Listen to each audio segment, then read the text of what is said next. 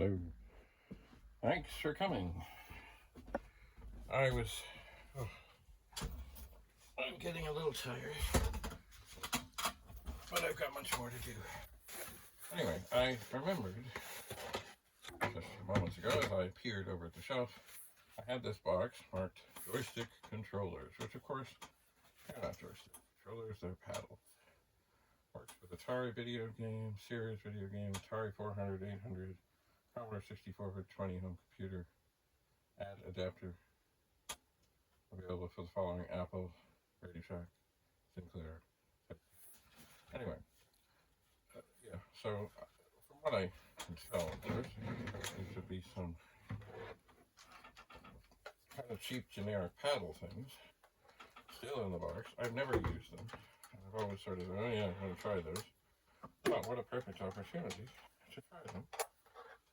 But now, do they work? I don't know.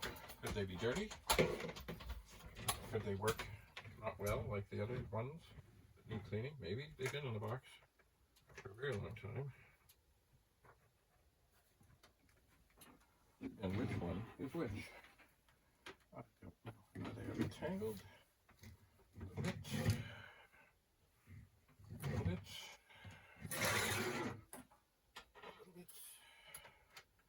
Oh my. Why?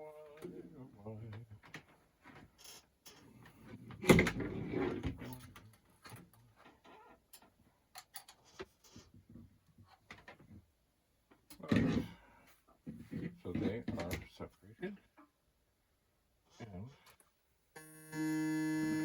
I'll pick up this one and see if it does anything. If it does, when I press this button, it should go. It does not. Alright, so hopefully when I push this button, it will go. It does not. Okay, am I in the wrong port? Remembering, of course, the paddles are controlled through the SID chip. And I think that means port 1. Aha!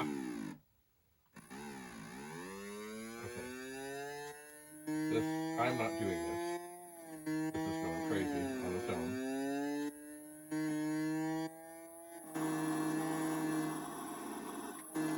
Maybe I'll work this around a bit. It may be that these paddles also need a good cleaning.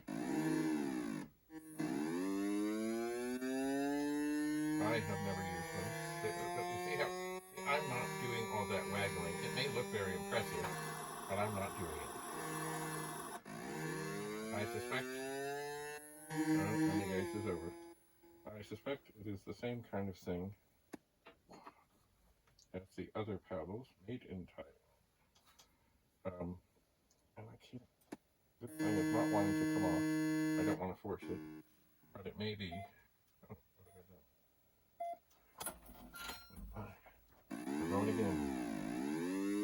See, the paddles are supposed to be very, like, I'm not moving my hand right now. But look at that, shake all around. And I'm dead. Alright.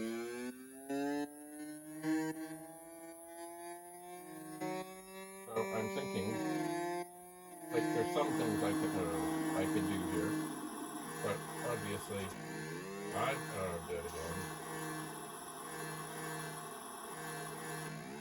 Like, I remember this being a very precise operating thing. Now, it is also possible, I don't remember now. I think maybe the SID chip the SID chip in this machine is somewhat effective. So, is it the paddle, or is it the SID chip? Remember, there have been replacements for the SID chip that didn't support the paddles, and then there have been replacements recently that do support the paddles. Let's see. Time to do a little experiment. I will reach up here and find the 64. And what does it say? Okay, it seems okay, this one. This one went through a flood. Don't you fall. I'm going to unplug things. Oh, yeah. And I'm going to set this that I just found over there. And I'm going to unplug everything. This is the ugly 64 I was using to test power supplies with. I will set it down below on this monitor. Okay, so because the thing of it is, that whole thing, the way it was acting, reminded me very much of the other paddles, and that is why I am suspicious that maybe there was SID chip trouble. So, see, now we have sound. We have sound. All right. So let's try. Did I pick up the wrong one? I did. Okay. Wrong pedal. Okay, now this is still jittery. Maybe not. Oh, yeah, that's jittery. Like, I'm not. Yeah.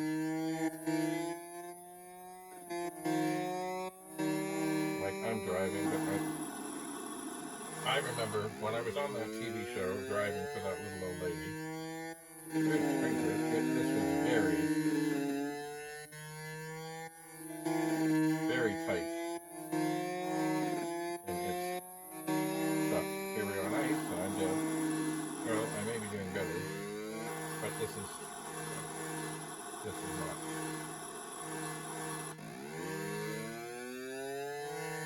Now I suppose, oh, then the race is over. I suppose what I should do, because I'm here, I should put in this diagnostic and just see. But I suspect much the same as the other paddles. These are dirty, and they need to be cleaned. They are 40 years old. I don't know. Anyway, this is the diagnostics by Retro Rewind, and they do better SID chip testing. But having used two different machines, now we'll see what it says about the SID chip and how it sounds. But I think I've got to find the cleaner, and I've got to spray in there, and then I think I will get a very precise sort of gameplay experience. I think. Anyway, I will keep these close at hand. The game, I think, originally from Canadian Tire. At least that is what this reminds me of. Okay. But yeah, most things, especially things like potentiometers, like what we find on volume controls and other things on the radio, they just, they get dirty. Alright, so I'll let this run through. We'll listen to the SIDs. I think this one was okay. I don't remember.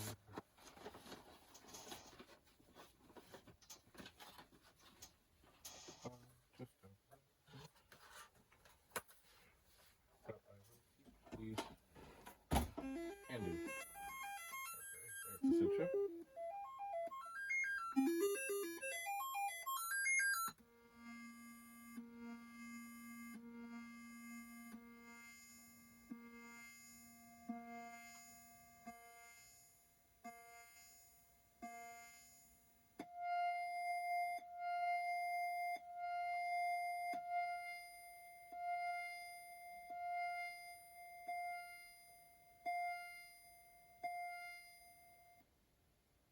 Yep, that sounded okay. It did. Well, I will. If the can of the spray wasn't, I don't know how much it was, but it did strike me as being quite expensive. It worked very well. But if it wasn't so expensive, I would go and find another one.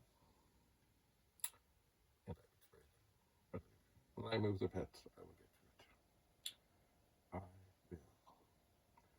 Because I would like to try to play this game well.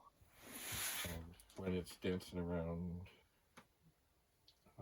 it's, you know, I mean, you can try and fight the imperfection. But I remember when I was on the show called Hanging In, standing off camera, driving the car, and the actress, Ruth Springford, was driving, I was whipping through stuff, and then they wanted me to crash. I didn't want to crash. It was going so well, but I did crash. I did. Little by little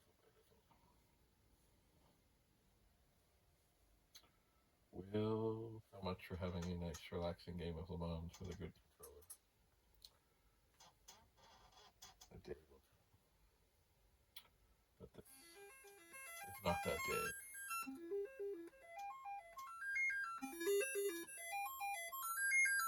Another thing I do need to do is get online with Retro Rewind, and they didn't have the harness to go with this at the World of Commodore, but I should order it and get it on its way here, unless I drive down there, and I'm not sure.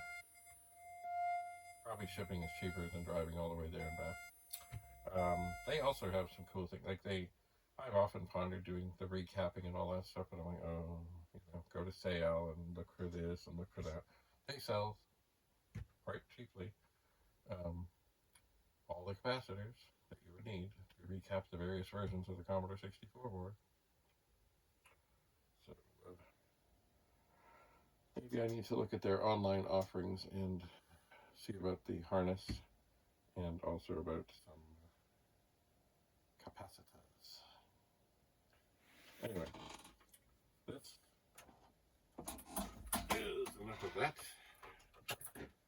I will take that out. And perhaps I'll put LeMans back in.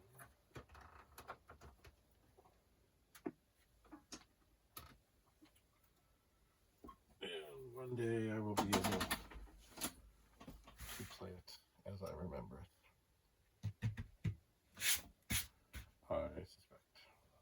Well, the boxes of things are starting to pile up here, but things are getting sorted. Little by little, I'm making progress in the pool room. That was easy. Yes, it was. The other thing, you know what I have right here? This is a charging cube thing, but it's also a battery. And it has a little readout on it that tells how charged it is. And it is really cool because I can, if I'm not using the microphone, I could record and charge at the same time. Or I have done a thing where I did a time lapse and I didn't want it to go dead. And I didn't have a cord that would reach, so I used that all charged up, turned the screen way down, aimed at the snow, and let it record. Now, the thing it is, once the phone is fully charged, this will stop charging because the phone is fully charged. So once it's fully charged, unless you come by and say, oh no, I would like you to push the button to reset it, it will eventually die. But it all worked out in what I did. Anyway, they have all kinds of these things. This one is a hoity-toity one. I got it at Shoppers Drug Mart on the clear-out shelf. If I saw another one on the Shoppers clear-out shelf, I would probably get it. But there are others. Just things that help keep your phone alive if you're not near a charger. But mind you, if you are serious about keeping your phone charged, you should have a charger in your car that plugs into any available cigarette lighter. I always make sure I unplug it before I get out of the car. And then, of course, there are other conversion things that you can plug a regular cube into. And actually, there's some cubes, and I have one somewhere, that you can plug into 120 and it can plug into 12. It's magic. It is. And right now, how is this phone? Pretty good. Oh, this also has two places for charging cords. There, I have 93%. So I have this charger here for the microphone, which I will just leave there. And I look up, the green light is still on. And this one I tend to keep it in one spot, but it can come with me. Like if I go on a movie thing or a TV thing, or I'm going to be driving for a while, it's a good backup thing.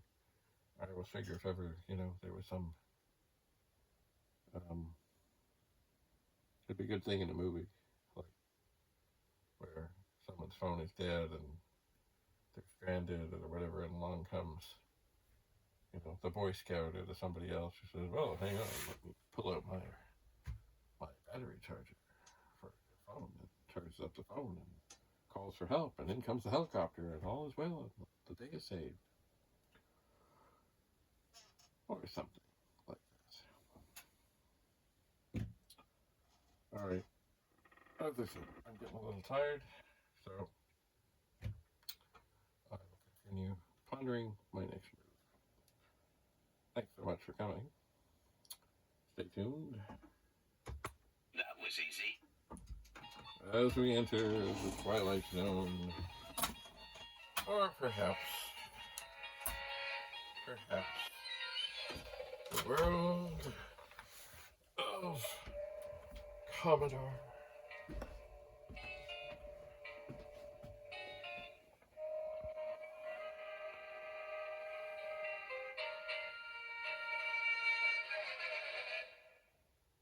Bye for now.